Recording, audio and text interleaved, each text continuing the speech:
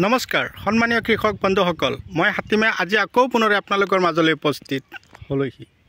আজি মোৰ আলোচ্য বিষয় হাইব্ৰিড জাতৰ কোমোৰাৰ খেতি লৈ। আপোনালোকে মোৰ ভিডিঅ' কোন ঠাইৰ পৰা চাই আছে মোক আপোনালোকে কমেণ্ট কৰি জনাব। আপোনালোকক মই অশেষ অশেষ ধন্যবাদ জ্ঞাপন কৰিছোঁ। আপোনালোকে খেতি কৰক, আপোনালোকক মই যিমানখিনি হেল্প কৰি যাব লাগে মই কৰি যাম। মূল কথাটো হ'ল আপোনালোকক মই খেতি কেনেকৈ কৰিব লাগে এই কথাখিনি ওপৰত মই আপোনালোকৰ লগত আলোচনা কৰিয়ে আছোঁ। তো কথা হ'ল আজি যে মই কোমোৰা খেতিৰ বিষয়ে আলোচনা কৰিম। এই কোমোৰাৰ বীজটো যে পেলোৱা হ'ল, কিমান দিন পিছত পুলিবিলাক আকৌ নাৰ্চাৰীৰ পৰা উঠোৱা হ'ল, কিমান ডিষ্টেঞ্চত লগোৱা হ'ল, ৰাসায়নিক সাৰ কিমান ব্যৱহাৰ কৰা হ'ল, জৈৱিক সাৰ কিমান খেতিত ইউজ কৰা হ'ল, তাৰপিছত প্ৰতি বিঘাত কিমান লাভালাভ আছে, মাটিৰ গুণাগুণ কেনেকুৱা হ'ব লাগিব, কি ধৰণৰ বীজ আনি নাৰ্চাৰীত পেলাব লাগিব, ডাইৰেক্টলি বীজ লগোৱাটোৱে ভাল নে পুলি প্ৰস্তুত কৰি পুলি লগোৱাটোৱে ভাল। তো আজিৰ এই ভিডিঅ'টোত A to Z কথাখিনি আপোনালোকৰ লগত মই শ্বেয়াৰ কৰিম। হঠাৎকৈ গছৰ পাত ফুলি গৈছে নেকি, এতিয়া মই বেমাৰৰ কথা আলোচনা কৰি আছোঁ, কিন্তু গছৰ পাতবিলাক ফুলি গৈছে নেকি, আগবিলাক কোচ খাইছে নেকি, তেনেহ'লে আপোনালোকে আজিৰ এই ভিডিঅ'টো অতিকে গুৰুত্বপূৰ্ণ সহকাৰে আপোনালোকে চাব লাগিব। আজিৰ এই ভিডিঅ'টো আপোনালোকৰ কাৰণে অতিকে গুৰুত্বপূৰ্ণ হ'ব এই কাৰণেই, বহুতে কোমোৰা খেতি কৰে ঠিকেই, কিন্তু কোমোৰা গছৰ যিটো বেমাৰ, এই বেমাৰ আঁতৰাব নোৱাৰে। কোমোৰা গছৰ ফলন বৃদ্ধি কৰিব নোৱাৰে। ফলন বৃদ্ধি কৰিবৰ কাৰণে কিছুমান তথ্য আছে, সেই তথ্য ব্যৱহাৰ নকৰে। কেৱল আমি খেতি কৰি ৰাখোঁ, খেতিত যাতে ঘাঁহ বনেৰে ভৰপূৰ হৈ নাথাকে, ঘাঁহ বন বেছি হ'লে পোকৰ আক্ৰমণ বাঢ়ি যায়। ৰাসায়নিক সাৰ কোনবিলাক বেছি নিদিব আৰু কোনবিলাক আপোনালোকে বেছিকৈ দিব পাৰিব, কোনবিলাক দানা বেছিকৈ খটালে গছত ফলন বেছি হয়, পাতবিলাক যাতে হালধীয়া নামাৰে তাৰ কাৰণে আমি কি ঔষধ দিম, আজিৰ এই ভিডিঅ'টোৰ মাজেদি আপোনালোকে চব কথা শুনিব পাৰিব। তো মই আজি আপোনালোকক মৌখিক আকাৰে এই কথাখিনি আপোনালোকৰ লগত মই শ্বেয়াৰ কৰি আছোঁ। তাৰ আগতে কৈছোঁ, আপোনালোকে যদি মোৰ চেনেলৰ নতুন ভিউৱাৰ্ছ হিচাপে আছে তেনেহ'লে মোৰ চেনেলটো ছাবস্ক্ৰাইব কৰি দিয়ক, কাষত থকা বেল ঘণ্টিটো লাহেকৈ বজাই দিয়ক, যিমান পাৰে মোৰ ভিডিঅ'টো আপোনালোকে শ্বেয়াৰ কৰক। এটা শ্বেয়াৰৰ কাৰণে চাব বহুতে, অন্ততঃ আমাৰ দাদা বাইদেউসকলে খেতি বাতিৰ ওপৰত কি হ'ব গুৰুত্ব দিব, গুৰুত্ব দি খেতি কৰিব, ভাল টকা উপাৰ্জন কৰিব, আমিও আগবাঢ়িম, আমাৰ সোণৰ অসম আমি আগুৱাই লৈ যাম। আহক না তেনেহ'লে আমি হাতে হাত মিলাই খেতি কৰোঁ, আলোচনা কৰোঁ। প্ৰথম আলোচনাই হ'ল খেতিত যে কোমোৰাৰ বীজ পেলাব, নাৰ্চাৰী আকাৰে যে নাৰ্চাৰী বনাব বা পেলাব, কেনেকৈ প্ৰস্তুত কৰিব। আমি যেনেকৈ ফুলকবি, বন্ধাকবি, ওলকবিৰ বীজ পেলাওঁ, তেনেকৈ আপোনালোকে ভেটি সহকাৰে নাৰ্চাৰী বনাব। বনোৱাৰ পিছত আপোনালোকে তাতে বীজ পেলাব। এটা বীজৰ পৰা আৰু এটা বীজৰ দূৰত্ব 4 ইঞ্চি এনেকৈ ৰাখি আপোনালোকে পেলাব। পেলোৱাৰ পৰা 25 পৰা 27 দিনৰ ভিতৰত আপোনালোকে কি কৰিব লাগিব, খেতিত এই গছবিলাক বা পুলিবিলাক আপোনালোকে আনি লগাব লাগিব। এটা গছৰ পৰা আৰু এটা গছৰ দূৰত্ব এনেই ৰাখিব লাগে 3 ফুট, কিন্তু ইয়াত ৰখা হৈছে 5 ফুট বাই 6 ফুট। কিয়? ইয়াত এটা কুৱেশ্যন আহি সোমাল। তাৰ কাৰণ বৰ্ষা সময়, এই ছেপ্টেম্বৰ মাহ পৰি গ'ল। আগষ্ট মাহত যদি আপোনালোকে কোমোৰা লগাব খুজিছে, তেনেহ'লে এনেকুৱা ধৰণৰ হাইব্ৰিড কোমোৰা লগাবলৈ হ'লে এটা গছৰ পৰা আৰু এটা গছৰ ডিষ্টেঞ্চ 3 ফুট আৰু শাৰীৰ পৰা শাৰীৰ দূৰত্ব 3 ফুট দিব লাগিব। তো আজিৰ এই ভিডিঅ'টোত মই যিটো কোমোৰাৰ খেতিত ভিডিঅ' দিছোঁ বা দিলোঁ, আপোনালোকে এই খেতিত যে গছবিলাক চাই আছে, এইটো কিন্তু বেনু কোমোৰাৰ গছ হয়। এই বেনু কোমোৰা কিন্তু ছেপ্টেম্বৰ মাহৰ পিছৰ মাহতে যদি অক্টোবৰ মাহৰ পৰা যদি লগায়, তেনেহ'লে 3 ফুট বাই 3 ফুটকৈ লগাব লাগিব।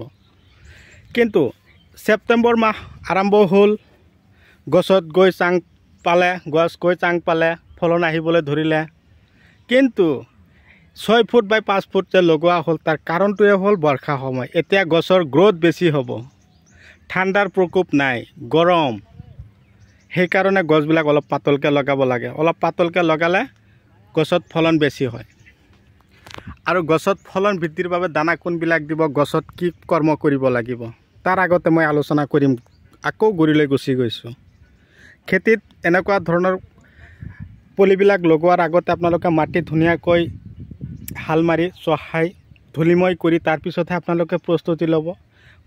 পুলিবিলাক লগোৱাৰ আগতে আপোনালোকে পৰাপক্ষত চাং দি ৰেডি কৰিব। প্ৰতিটো খুঁটাই খুঁটাই আপোনালোকে পুলি লগাব। এটা খুঁটাতে আপোনালোকে দুটাকৈ দিব পাৰিব, এটাকৈ দিব পাৰিব। এটা খুঁটাত দুটা দিলে আৰু এটা খুঁটাত এটা দিব, এনেকৈ মিক্স আপ লগাব।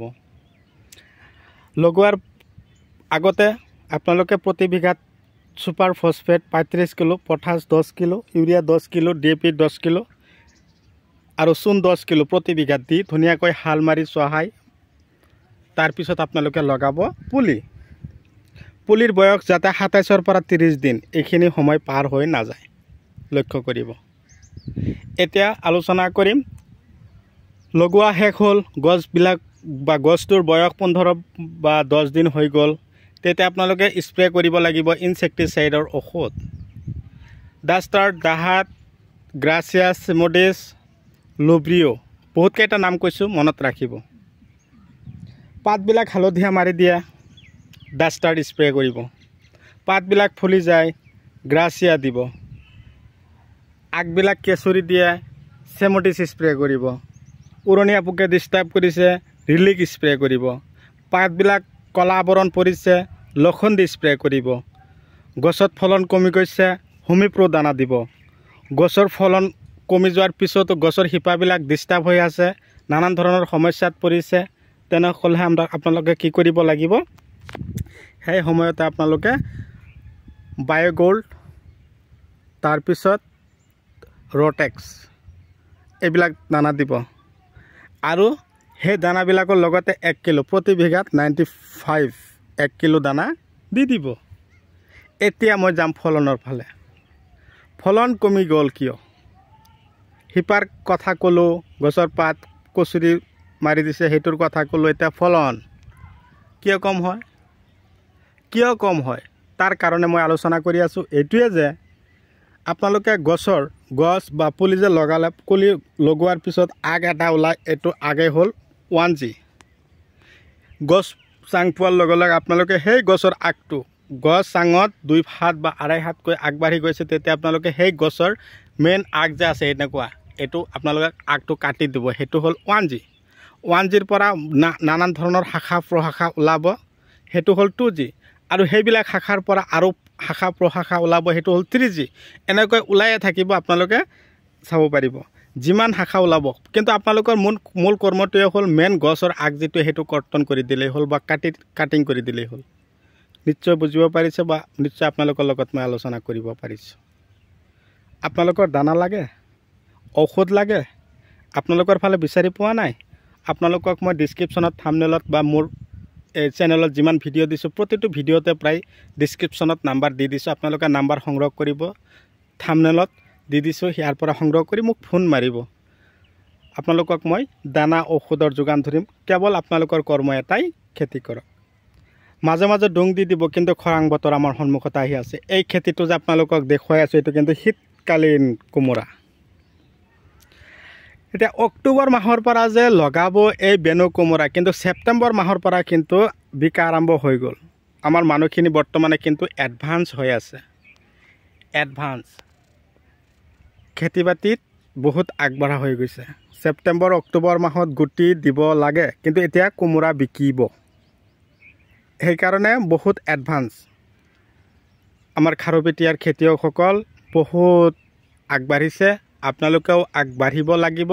সহায়ৰ ক্ষেত্ৰত মই আছোঁ, বিধান লাগে মই আছোঁ, দানা ঔষধ লাগে মই আছোঁ।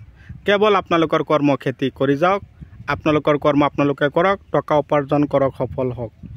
আৰু এতিয়াও আপোনালোকে ছাবস্ক্ৰাইব কৰাই নাই, কৰি দিয়ক, বেল আইকনটো বজাই দিয়ক। আপোনালোকে প্ৰত্যেক দিনাই এনেকুৱা ধৰণৰ উন্নত খেতিৰ ভিডিঅ'ৰ নটিফিকেশ্যন পায়ে থাকিব। তো বন্ধুসকল, মই আৰু দেৰি নকৰোঁ, আপোনালোকৰ মাজৰ পৰা বিদায় লৈছোঁ। Bye bye.